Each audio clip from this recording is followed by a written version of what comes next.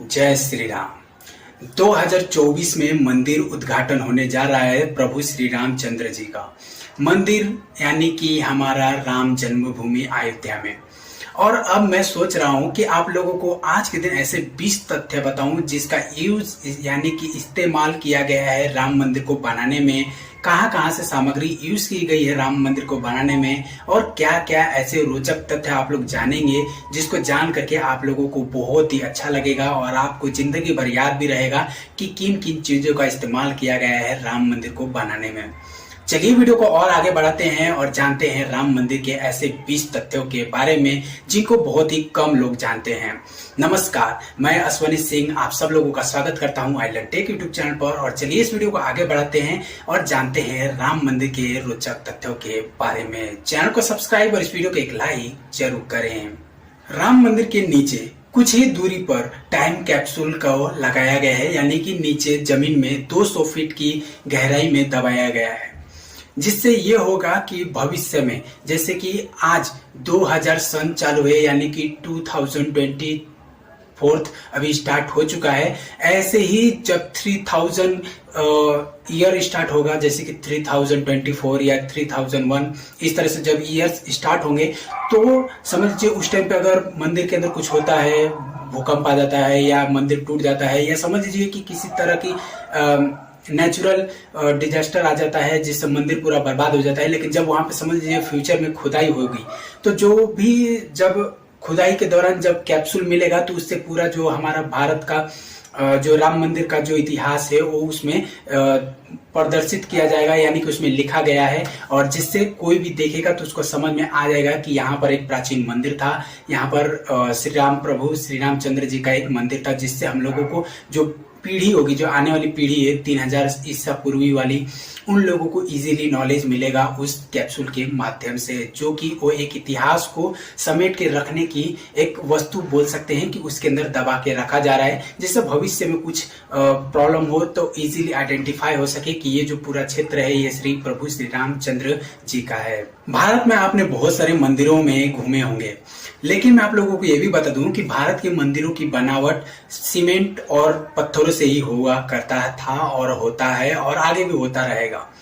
ये इसी चीज को ध्यान में रखते हुए राम मंदिर के अंदर भी किसी भी प्रकार का लोहा, स्टील या और अन्य पदार्थों का यूज नहीं किया गया है, सिर्फ और सिर्फ सीमेंट और पत्थरों का यूज किया गया है। श्री राम जन्मभूमि बनाने के लिए इसमें जो पत्थरों का और जो ईंटों का इस्तेमाल किया गया है उस पे राम नाम का जो राम नाम है उसको अंकित किया गया है। और जो पुराने 30 साल यानी कि जब से अपना जो कोर्ट में जब से ये केस चल रहा था 1980-90 के दशक से, तब से लेकर के जो पत्थर अब तक बने आ रहे थे और उन सब जैसे कि रामशिला उसे कहा जाता है, तो वो सब जो पत्थर थे वो भी इस राम मंदिर में यूज किया गया है।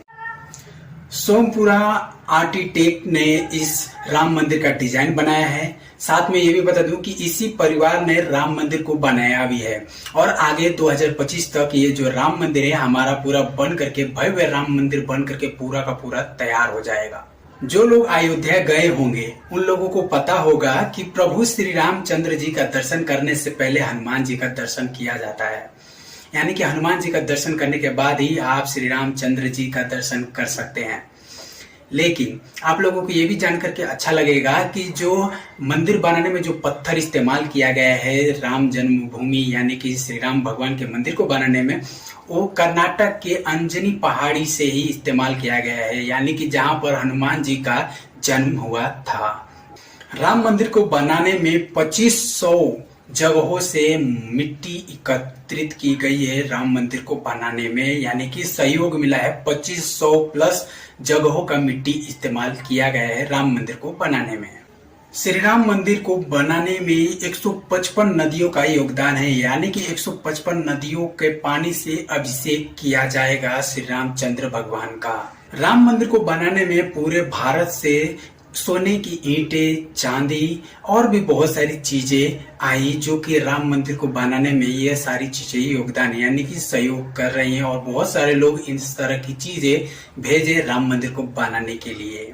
किसी का जन्म होता है तो हम लोग पंडित को बुला करके पूरा कुंडली बनवाते हैं।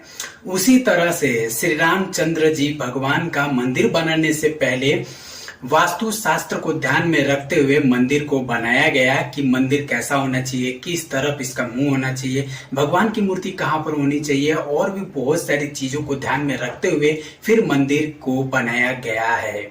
भगवान रामचंद्र जी के अलावा इस मंदिर के अंदर भगवान श्री गणेश, भगवती माता, सूर्य देव और भी अन्य देवताओं की मूर्ति इस मंदिर में लगने वाली है। सबसे एक अच्छी बात जो मुझे लगी और आप लोगों को भी लगेगी कि जब भगवान का दरबार सजेगा, जब लोगों की दर्शन करने के लिए भीड़ उमड़ेगी, तो लगभग एक बार में लगभग 10,000 लोग एक साथ भगवान श्री राम का दर्शन कर पाएंगे, श्री राम लला जी का दर्शन कर पाएंगे, जो कि ये एक खुद में एक भव्य बात है।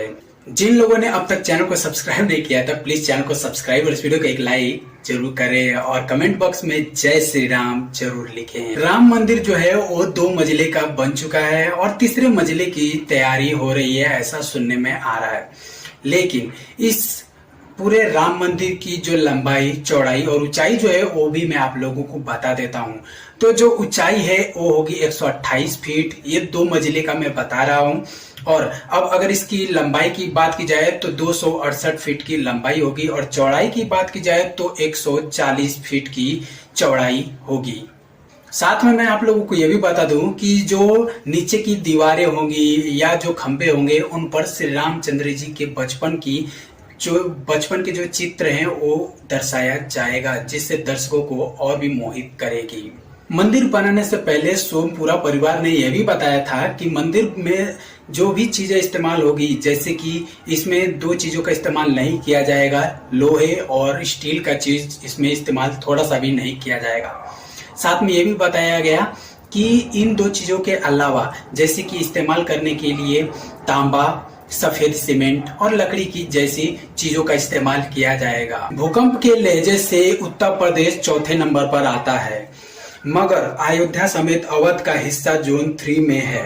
हिस्से की अपेक्षा खतरा इस मंदिर के हिस्से में कम है, इसलिए राम मंदिर को रिएक्टर स्केल मापन पर 8 से 10 तक भूकंप सहने लायक बनाया गया है।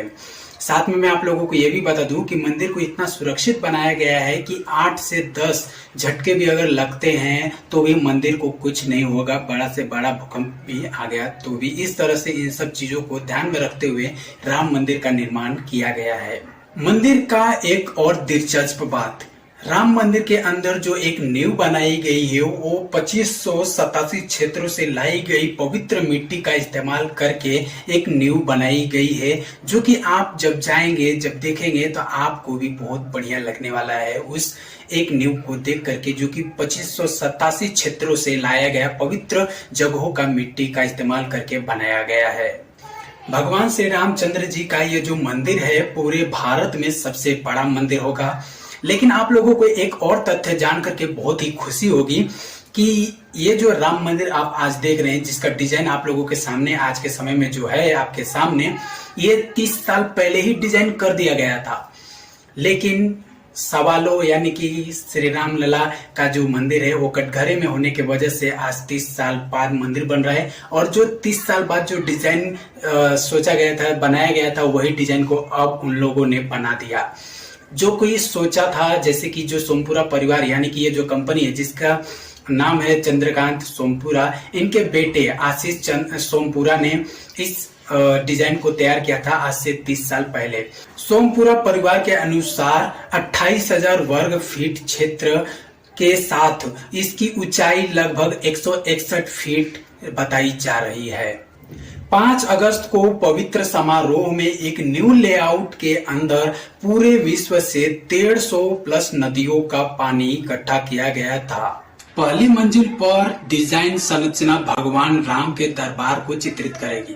मंदिर की सबसे अनोखी विशेषताओं में से एक है निर्माण में बंसी पहाड़पुर गुलाबी बलुआ पत्थर का उपयोग, जिसे राजस्थान के भरतपुर से एकत्र किया गया है। साथ ही रिपोर्ट में दावा किया गया है कि 360 खंभे विशेष रूप से नागर शैली के डिजाइन के साथ बनाए गए हैं और इसी बीच 57 एकड़ भूमि में एक मंदिर परिसर शामिल होगा और 10 एकड़ भूमि मंदिर निर्माण के लिए होगी।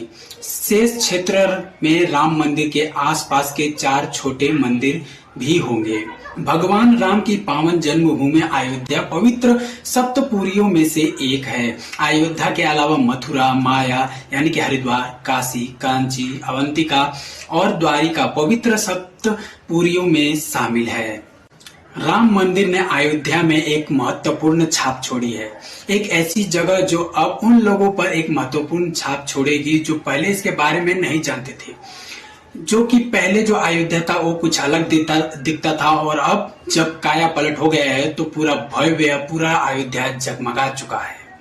दोस्तों, उम्मीद करता हूँ आपको हमारा वीडियो पसंद आया होगा। श्री रामचंद्र भगवान के ऊपर जो मैंने आपको 20 तथ्य बताए। साथ में आप लोगों से ये भी पूछना चाहता हूँ कि आप लोग नेक्स्ट वीडियो किस टॉपिक पे देखना चाहते हैं। और जो लोग आइलैंड टेक यूट्यूब चैनल पर जो लोग पहली बार आए थे, पहली बार वीडियो देख रहे थे, प्लीज चैनल को सपोर्ट करें सब्सक्राइब करके और इस वीडियो को एक थम्स अप, एक लाइक जरूर करें।